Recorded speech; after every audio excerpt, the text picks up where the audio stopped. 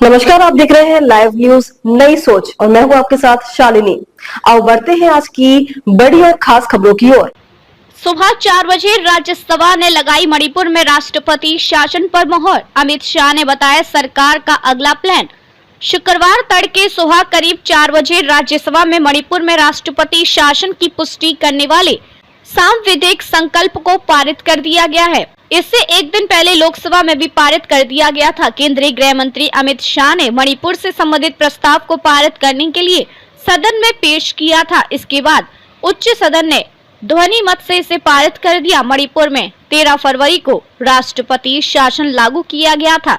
गृह मंत्री अमित शाह ने संवैधानिक संकल्प के संबंध में कहा कि सुप्रीम कोर्ट के निर्णय के अनुरूप 2 महीने के अंदर ही इसे सदन में अनुमोदन के लिए लाया गया है। उन्होंने कहा कि सरकार की पहली चिंता मणिपुर में शांति स्थापित करने की है। उन्होंने कहा कि पिछले 4 महीनों में मणिपुर में एक भी मौत नहीं हुई है। हालांकि उन्होंने इस बात को स्वीकारा है कि मणिपुर हिंसा में अब तक 260 लोगों की मौत हो चुकी है। उन्होंने कहा कि मणिपुर में जातीय हिंसा में 260 लोग मरे हैं, लेकिन पश्चिम बंगाल में चुनावी हिंसा में इससे ज्यादा लोग मरे थे। मणिपुर मुद्दे पर ना हो राजनीति। शाह। केंद्रीय गृह मंत्री अमित शाह ने कहा कि मणिपुर के मुख्यमंत्री एन बीरेन सिंह ने इस्तीफा दिया था, जिसके बाद राज्यपाल ने विधायकों से चर्चा की थी। बहुमत सदस्यों ने कहा कि वो सरकार बनाने की स्थिति में नहीं है। इसके बाद कैबिनेट ने राष्ट्रपति शासन की अनुशंसा की, जिसे राष्ट्रपति ने स्वीकार कर लिया है।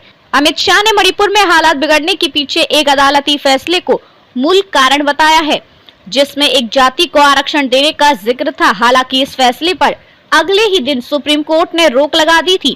केंद्रीय गृह मंत्री ने कहा कि सरकार चाहती है कि मणिपुर में जल्दी शांति हो, पुनर्वास हो और लोगों के जख्मों पर मरहम लगाया जाए। उन्होंने विपक्ष से मणिपुर के मुद्दे पर राजनीति नहीं करने की अपील भी की।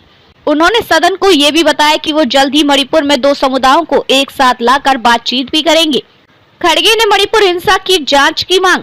कांग्रेस अध्यक्ष और राज्यसभा में विपक्ष के नेता मल्लिकार्जुन खड़गे ने मणिपुर हिंसा को लेकर जांच की मांग और श्वेत पत्र पेश करने की मांग की है। उन्होंने कहा कि इतनी हिंसा के बावजूद भी प्रधानमंत्री नरेंद्र मोदी अभी तक मणिपुर नहीं गए। उन्होंने कहा कि सत्तारूढ़ दल पर जबरदस्त दबाव पड़ा तो वहां के मुख्यमंत्री को इस्तीफा देने के लिए मजबूर होना पड़ा।